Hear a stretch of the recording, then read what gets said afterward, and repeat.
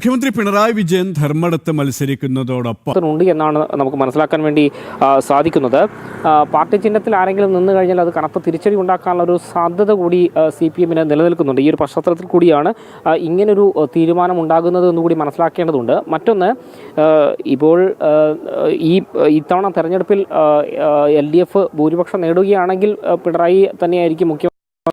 അതേസമയം പരാജയപ്പെടുകയാണെങ്കിൽ, അതായത് LDFന് ഭൂരിപക്ഷം നേടാൻ സാധിച്ചില്ലെങ്കിൽ പ്രതിപക്ഷ സ്ഥാനത്തിരിക്കാൻ പിണറായി വിജയൻ ഉണ്ടാകില്ല. അത് മറ്റാരെങ്കിലും ഏൽപ്പിച്ച് അദ്ദേഹം മാറി നിൽക്കുമെന്നാണ് ഏറ്റവും ഒടുവിലായി ലഭിക്കുന്നത്. മിഥുൻ, ഈ മുഖ്യമന്ത്രി സ്ഥാനത്ത് പിണറായി, പക്ഷേ പ്രതിപക്ഷ സ്ഥാനത്ത് പിണറായി ഉണ്ടാകില്ല, അത്തരത്തിലുള്ള ഒരു അഭിപ്രായം പിണറായി പാർട്ടി നേതൃത്വത്തെ അറിയിച്ചിട്ടുണ്ട് എന്ന് വേണം മനസ്സിലാക്കാൻ. അതായത് വീണ്ടും അധികാരത്തിലേറാനുള്ളൊരു മോഹം തന്നെയാണ് മുഖ്യനുള്ളതല്ലേ?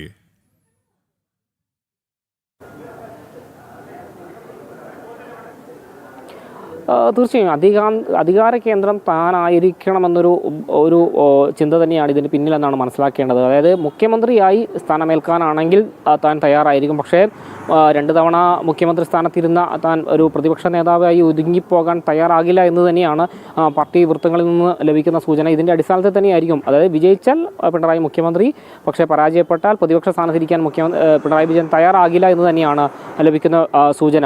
KP അത് തന്നെയാണ്. മുഖ്യമന്ത്രി സ്ഥാനത്തേക്ക് വീണ്ടും പിണറായി വിജയൻ, എന്നാൽ തോറ്റാൽ പ്രതിപക്ഷ നേതാവാകാൻ താനില്ല എന്നാണ് പിണറായി നേതൃത്വത്തെ അറിയിച്ചിരിക്കുന്നത്. ഏതായാലും പിണറായി വിജയൻ വീണ്ടും മത്സരിക്കുമ്പോൾ സ്വാഭാവികമായും പ്രായവിവാദം ഉയരും.